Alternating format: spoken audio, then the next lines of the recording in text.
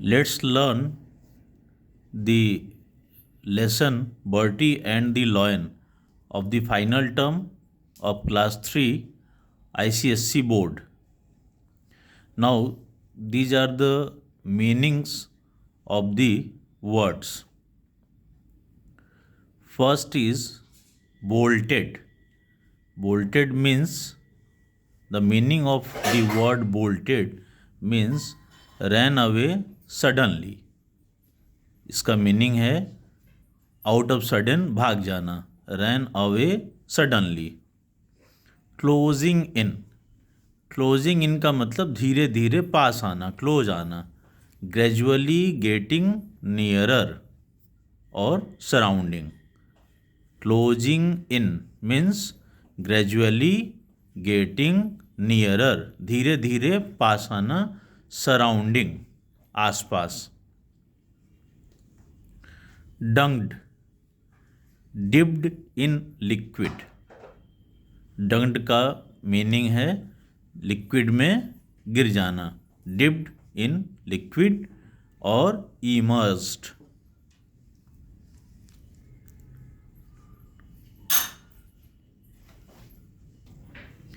ट्रिम्फेंटली. In a victorious. The next word is triumphantly. It is the meaning of this word is in a victorious way.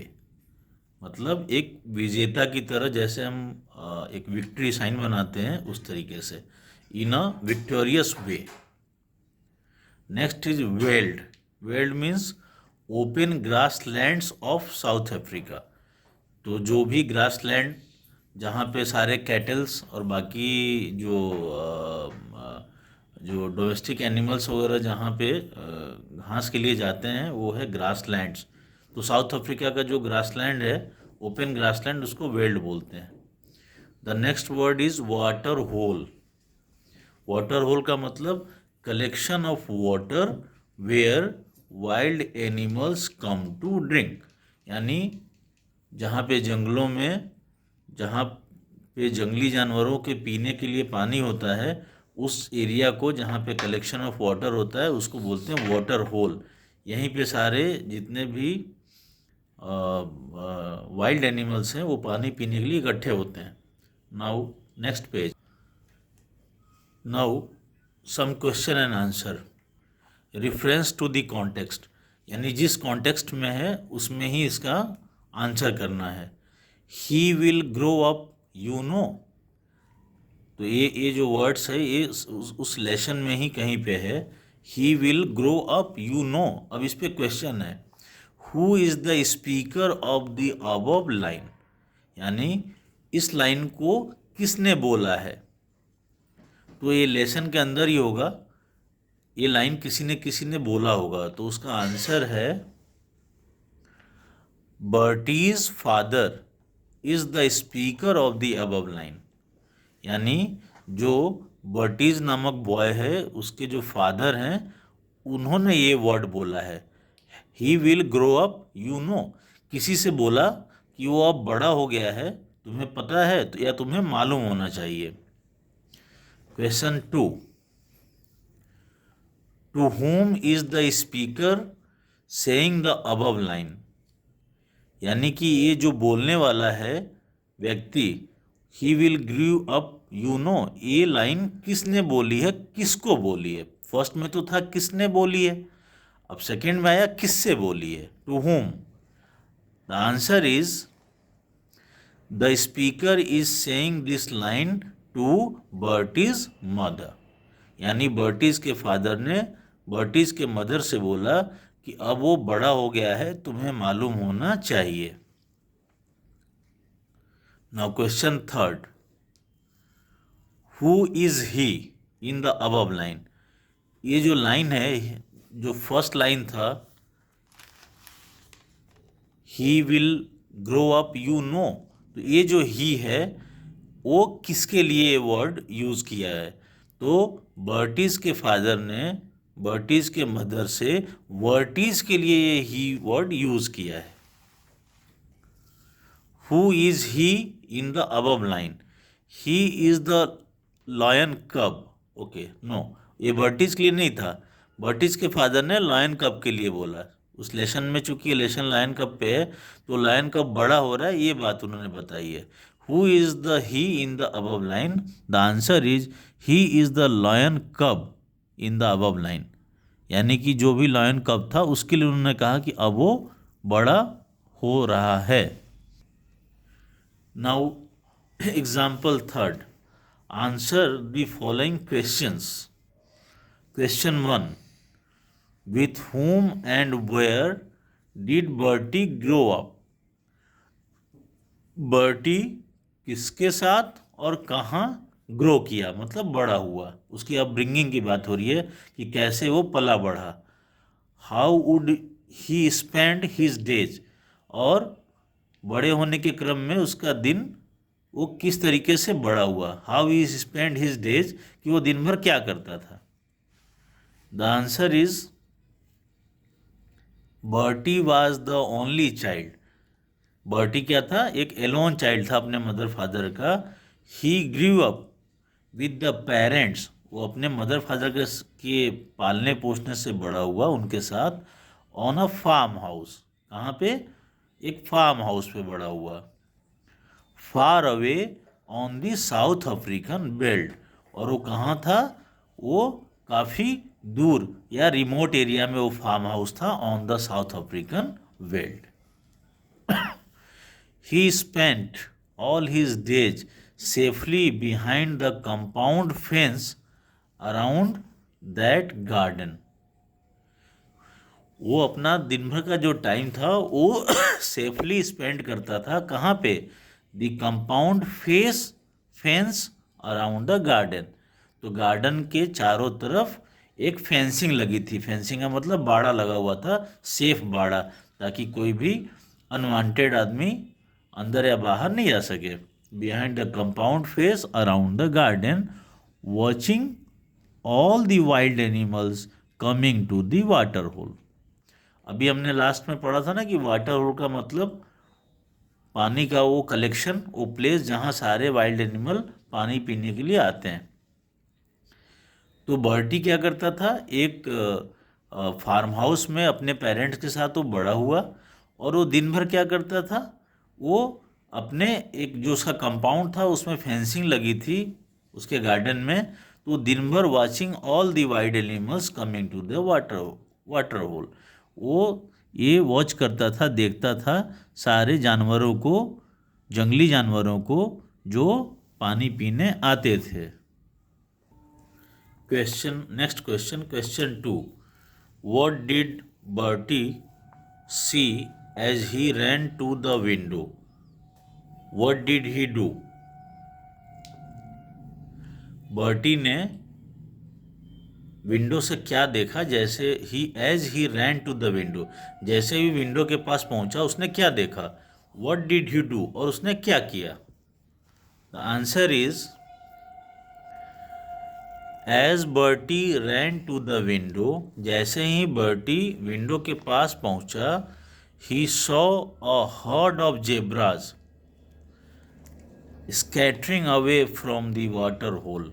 उसने देखा कि एक zebras का झुंड, और हर्ड ऑफ जेब्रा का मतलब, झुंड का मतलब या हर्ड का मतलब जिसमें बहुत सारे जानवर हों, तो यहाँ पे जेब्रा का झुंड जिसमें बहुत सारे जेब्रा थे, स्कैटरिंग भाग रहे थे, तितर बितर इधर से उधर भाग रहे थे, scattering away from the water hole. वो पानी, जहाँ पानी पीने के लिए इकट्ठे हुए थे वहाँ से बहुत तेजी से भाग रहे थे। क्यों? As they were chased by a couple of hyenas, क्योंकि उन पे हाइना के झुंडों ने अटैक कर दिया था, उनको चेज कर रहा था, यानी हाइना उनके पीछे। कपल ऑफ हाइनास का मतलब बहुत सारे हाइना, है ना। और as they were chased by a couple of hyena, तो उन्होंने डिस्कवरी में देखा होगा ना कि जैसे ही वो कोई डियर या कोई और एनिमल आता है उसके ऊपर, टाइगर, हाइना और लॉयन अटैक करते हैं, तो वो इधर से उधर भाग जाता है। Then he saw 3 more hyenas staring at the lion cub। और उसने ये भी देखा कि 3 हाइनाज स्टेयरिंग का मतलब एट द लॉयन कब। स्टेयरिंग का मतलब घूरना एट द लॉयन कब। तो वो जो लॉयन कब था उसको 3 हाइना अलग से स्टेयर कर रहे थे, उसको घूर कर देख रहे थे।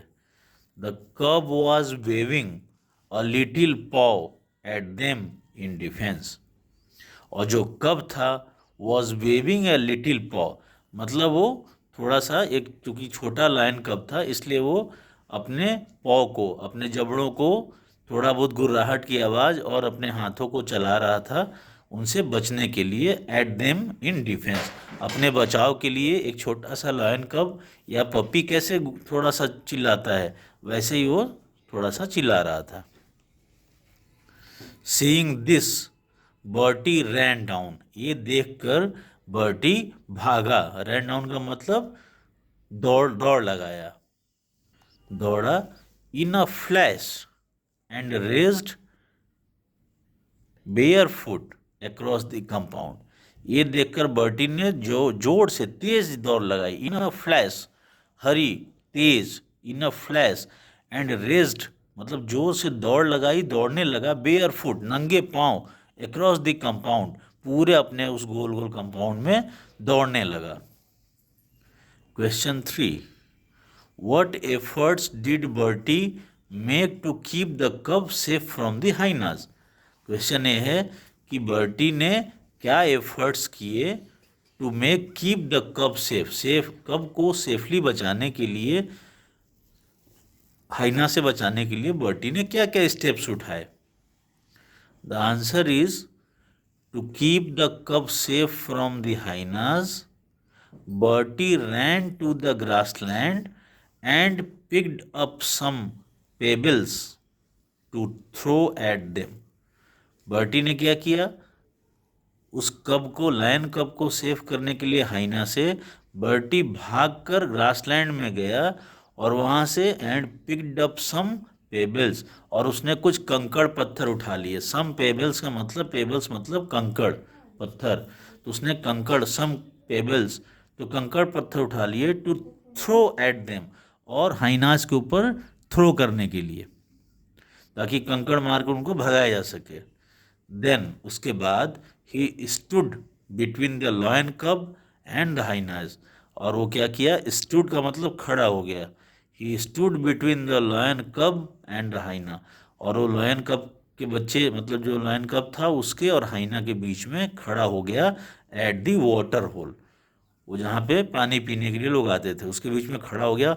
Shouting and screaming, shouting and screaming at them, तो उनके ऊपर वो जोर जोर से चिल्लाने लगा। Them and waving his arms, और अपने हाथों को जोर जोर से झटकने लगा। वेव की तरह नहीं, किसी को भगाने के लिए जैसे आदमी हाथों को झटकता है। Waving his arms trying to chase them away, इस कोशिश में कि उनको किसी तरह से दूर रखा जाए। चेज देम अवे, दूर भगाया जाए। Question 4, who came to rescue the cub and how.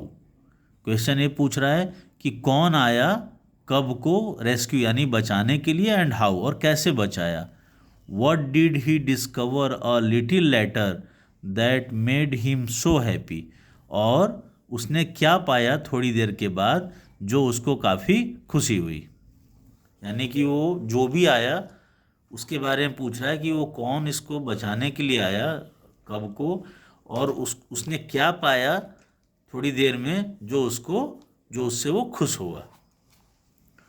Now answer is Bertie's mother came to rescue of the lion कब।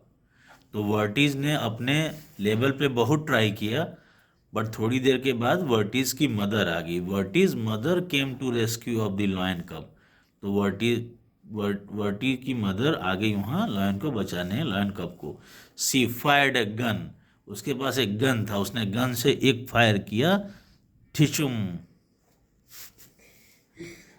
Shot to chase the hyenas, और सीधे उसने हाइना के ऊपर शॉट किया फायर को, टू चेज द हाइनाज। तो जब उसने गन लेके हाइना पे फायर कर दिया, तो उसके डर से हाइनास भागने लगे। The hyenas away from the white cup. तो जो लायन का कप था वो किस कलर का था? वाइट था। तो जब उसने फायर किया तो हाइनास को भगाने के लिए एक उसके ऊपर फायर कर दिया। While giving boat to the lion cub, while giving bath to the lion cub, Verti discovered that it was white. अभी तक वर्टी को पता नहीं था कि ये जो लायन का कब है वो वाइट कलर का है, लेकिन उसको जब discover that it was white, तो जब उसको नहलाया, क्योंकि वो उतनी देर से गंदा हो गया था, तो जब नहला दिया तो उसने पाया दैट इट वाज वाइट, तब पाया कि अरे ये तो वाइट है कलर में। अंडरनीथ, यानी कि जो गंदगी जमी थी, मैल जमा था, जब उसको धुल दिया तो वो क्या पाया कि वो वाइट कलर का था। It was the same cub which he was longing for this discovery made Bertie very happy. और ये वही कब था, it was the same cub which he was longing for this discovery made Bertie very happy. और जब वर्टी ने पाया कि ये कब वाइट कलर का है, तो यही खोज, यही डिस्कवरी या इसी बात का पता चलने पे मेड वर्टी वेरी हैप्पी, इसी बात ने वर्टी को खुश कर दिया या वर्टी हैप्पी हो गया। Now next question, why is it said that Bertie was totally happy? ये क्यों कहा गया कि वर्टी टोटली हैप्पी, मतलब बहुत खुश था? Answer, it is said that Bertie was totally happy because the lion cub was all the brothers and sister he could ever want and all the friends he could ever need.